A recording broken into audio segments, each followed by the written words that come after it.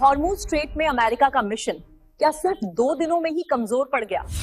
और आखिर ऐसी कौन सी परिस्थितियां बनी? आखिर किसने मजबूर किया? क्या क्षेत्रीय दबाव या फिर अंतर्राष्ट्रीय कूटनीतिक परिस्थितियों ने इस फैसले को प्रभावित किया?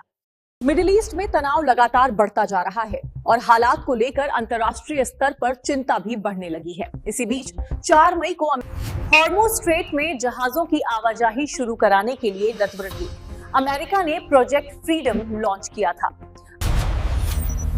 लेकिन चौंकाने वाली बात यह रही कि सिर्फ एक दिन बाद ही इसके बाद घटनाक्रम ने अचानक नया मोड़ ले लिया।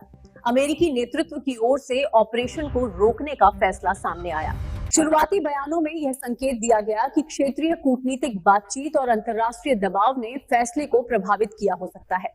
अब रिपोर्ट्स के मुताबिक मिडिल ईस्ट के कुछ देशों की भूमिका को लेकर नई चर्चाएं शुरू हो गई हैं। हालांकि इन दावों पर आधिकारिक स्तर पर अलग अलग प्रतिक्रियाएं सामने आ रही हैं। रिपोर्ट्स में यह भी दावा किया गया कि क्षेत्रीय सहयोग को लेकर कुछ महत्वपूर्ण बाधाएं सामने आई और इसी वजह से पूरे ऑपरेशन की दिशा पर सवाल उठने लगे। विश्लेषकों का मानना है कि क्षेत्रीय सहयोग किसी भी बड़े अंतर्राष्ट्रीय मिशन के लिए बेहद महत्वपूर्ण होता है और इसी मुद्दे को लेकर अब कई नई चर्चाएं सामने आ रही हैं। सूत्रों के मुताबिक मिशन से जुड़ी सार्वजनिक घोषणाओं और कूटनीतिक संवाद को लेकर भी कई सवाल उठे।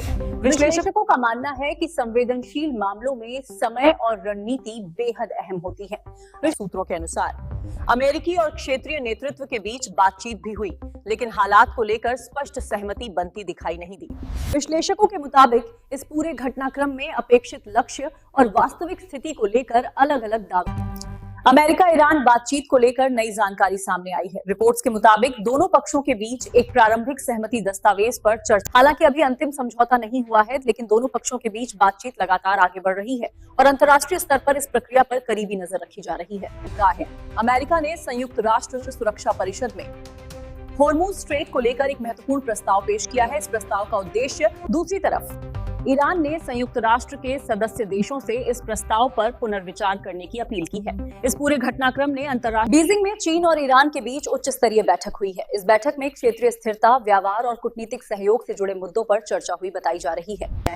बीजिंग से आई रिपोर्ट्स के अनुसार कूटनीतिक बातचीत के दौरान तनाव कम करने और क्षेत्रीय स्थिरता बनाए रखने पर जोर दिया गया है। अब पूरी दुनिया की नजर चीन और अमेरिका के बदलते वैश्विक समीकरणों पर है।